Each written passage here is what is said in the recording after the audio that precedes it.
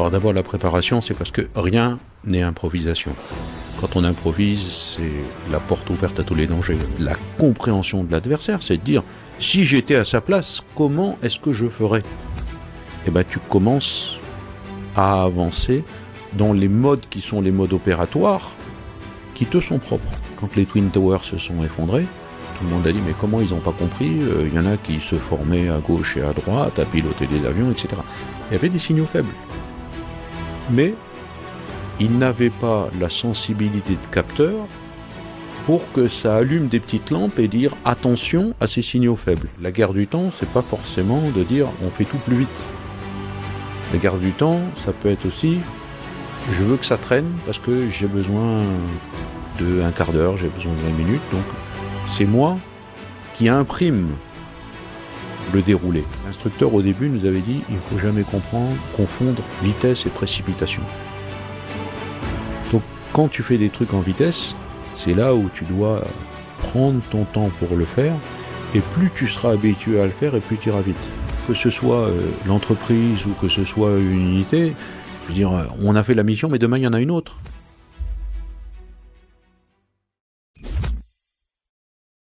Alors, depuis tout à l'heure, on parle méthodologie, opération, stratégie, mais il y a quand même un mot-clé dans tout ça, c'est la mission.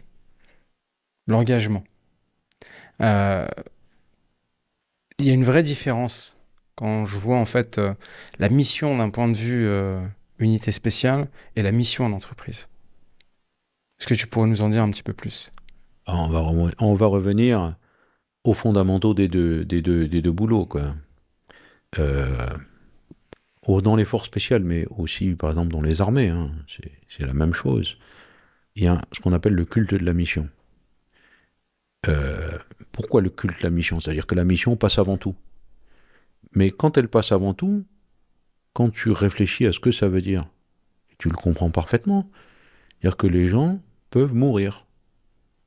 C'est ça le culte de la mission. C'est la mission passe d'abord, même en allant jusqu'à ce qu'il y ait des morts, à donner ta vie pour. Donc ça, c'est quelque chose de sacré, le culte de la mission, parce que on te dit tu dois faire ça. Oui, là, c'est un vrai engagement, là. On va aller au bout de la mission, quoi qu'il en coûte, y compris la vie des gens. C'est ça que veut dire le culte de la mission. Après, depuis tout petit, on t'apprend que quand tu as le culte de la mission, tu t'arrêtes pas, quoi. Tu peux pas dire pause. Bah non, finalement, on va faire autre chose. Tu peux pas. Donc c'est ce en quoi tu peux aller jusqu'à une notion de sacrifice, mais l'engagement de chacun des acteurs dans la réalisation de la mission est quelque chose que tu as du mal à retrouver ailleurs avec la même intensité. Puisque si tu dis dans une entreprise, ouais, mais vous devez, on va le faire, faut que vous soyez prêt à mourir, je ne sais pas si ça va avoir de l'écho dans l'entreprise. Ah ouais, donc je suis pas sûr. Hein, c'est bon, c'est pas. Donc, c'est ce qui fait que le culte de la mission s'est pris à la lettre. Par exemple, au GIGN, tu dis, il y a des otages à libérer. Ça sous-entend qu'il peut y avoir de la casse dans nos rangs. C'est intégré. Et on va pas dire, ah ben non, on s'arrête parce que là, on pourrait avoir un blessé chez nous. Oui. Donc, on va jusqu'au bout de la mission.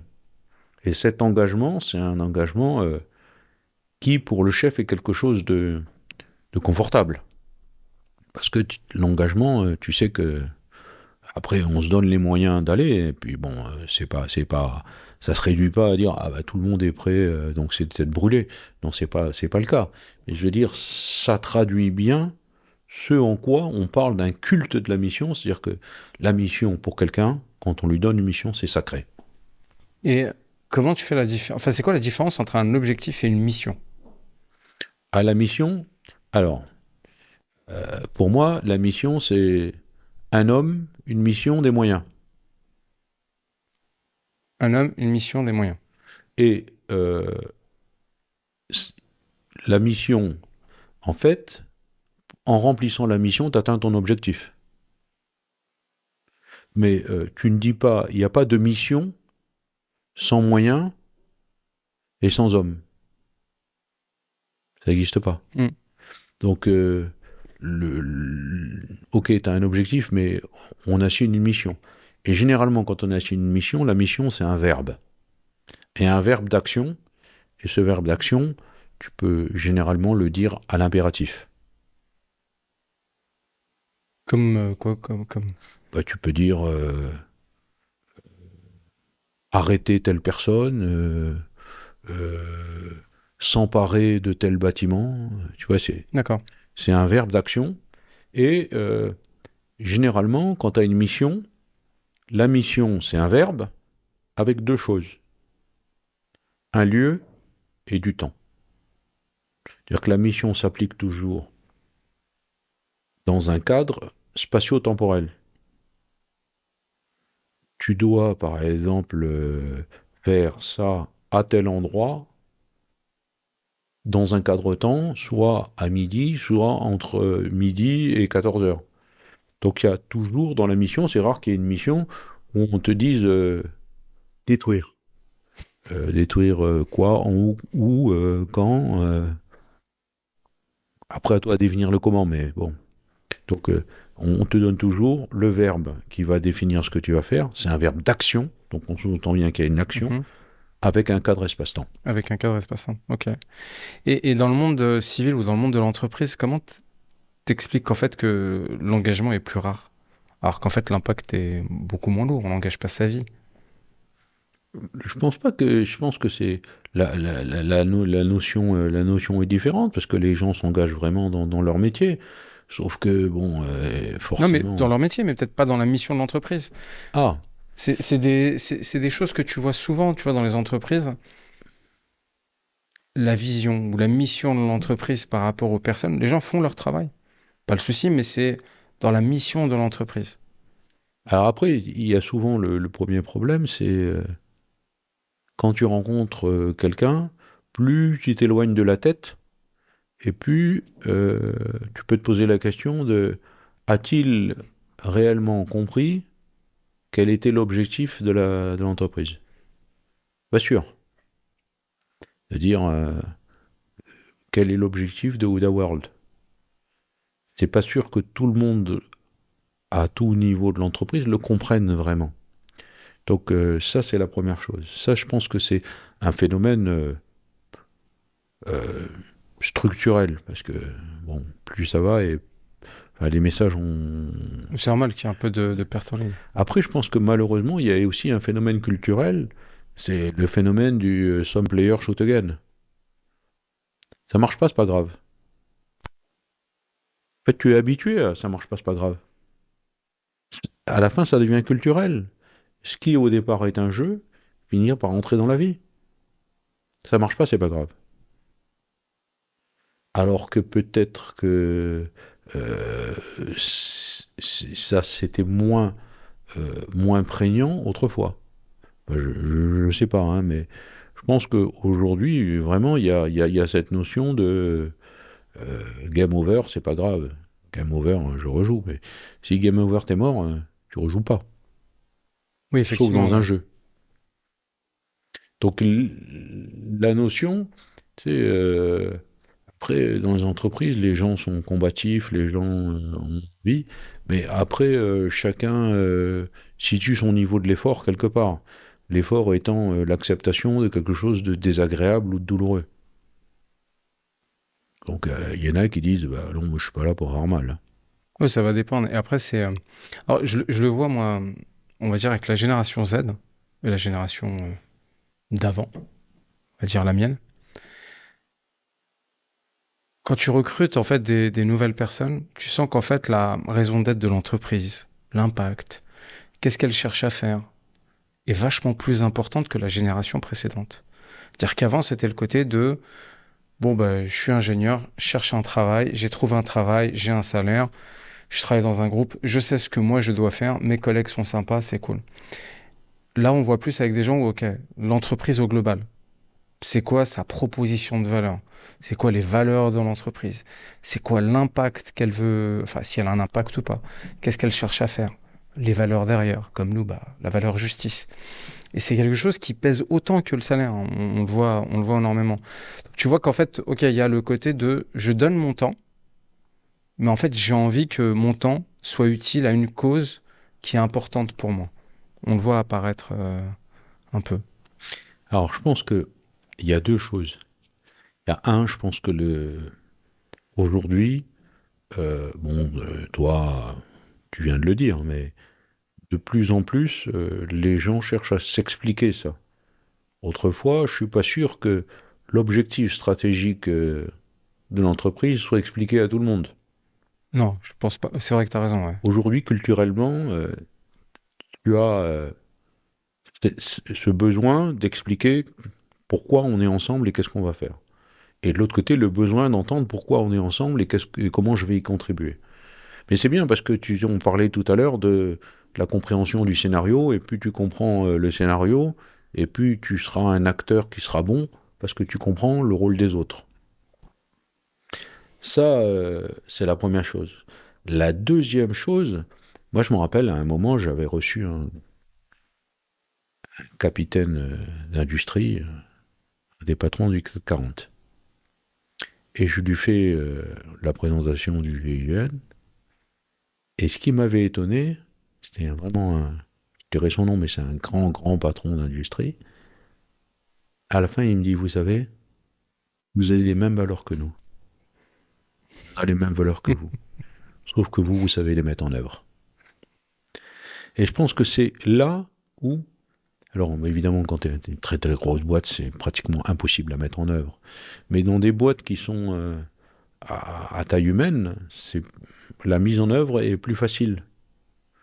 Moi, tu vois, j'ai toujours dit, je ne crois pas à la construction du collectif avec une brochette partie. La construction du collectif ne se fait que dans la douleur. C'est quand tu es dans la difficulté que tu apprécies l'aide de l'autre. Et c'est là où tu construis le collectif. Et après, une fois que tout le monde est content parce qu'on a souffert ensemble, on partage des trucs et à ce moment-là, on va faire une brochette Ouais, c'est partie. vrai. Hein. Et pas dire on fait une brochette partie ou un team building et puis après on va être super solidaires ensemble. Non, on n'est pas solidaires ensemble. On est solidaires que parce que il y en a un qui trouvait que le sac était bien lourd et l'autre il dit tiens donne-moi un peu que j'en prenne dans mon sac, ça sera plus léger pour toi. Donc en fait, là, ce que tu recommandes aux entreprises, c'est de ne pas faire dormir les gens, de leur mettre dans l'incertitude.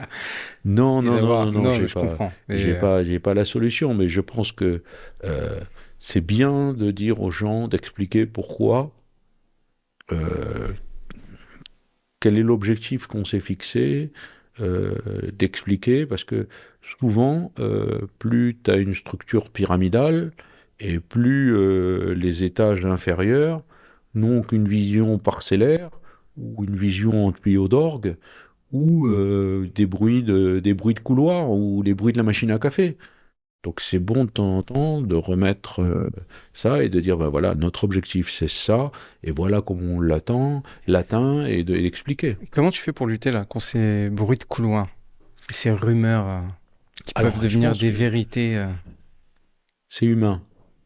C'est humain, même si peut-être que dans notre pays on est plus amateur des bruits de couloir, des bruits de chiottes, des bruits de machine à café, enfin on l'appelle comme on veut, hein. Mais je pense que la meilleure façon, moi quand j'étais au GIGN, et je pense que tous mes successeurs et mes prédécesseurs faisaient la même chose. J'appelais ça le management de la porte ouverte. C'est-à-dire que le chef doit toujours être accessible. Dès lors que le chef est accessible et que les gens le sentent, ils vont le voir. Et puis un jour, tu as un gars qui dit ouais, dis donc, il y a un truc, ça semble bizarre. Je me rappelle, chez Hygiène, tous les matins, on prenait le café ensemble et on allait dire bonjour on disait bonjour à tout le monde, on serre la main à tout le monde. Si on serre pas la main à quelqu'un, les gens disent, ouais, vous avez vu, le patron, il a pas serré la main à un tel. Il y a un schisme là. Donc, mais inversement, dans le côté informel de la machine à café, on discute. Et ça permet de crever des abcès ou simplement d'expliquer quelque chose et d'éviter que les gens disent ouais, j'ai entendu dire et puis c'est à partir de là vous avez vu et si c'est comme ça c'est comme ça et si c'est comme ça c'est comme ça et à la fin l'homme a vu l'ours puis on raconte une histoire qui a rien à voir exactement. avec la réalité et puis les gens aiment bien de toute façon se faire mal à raconter des choses qui sont compliquées donc je pense que la meilleure façon c'est justement d'être accessible pour que les gens n'hésitent pas à rentrer dans ton bureau en disant, bon, au cours d'une conversation informelle, pas dire il faut que je te voie, machin, mais au cours d'une conversation informelle, tu sens que il y a un petit truc qu'il voudrait éclaircir, quoi. Clair, clair par rapport à ce que tu dis. Et je sais que je m'en avais parlé plusieurs fois.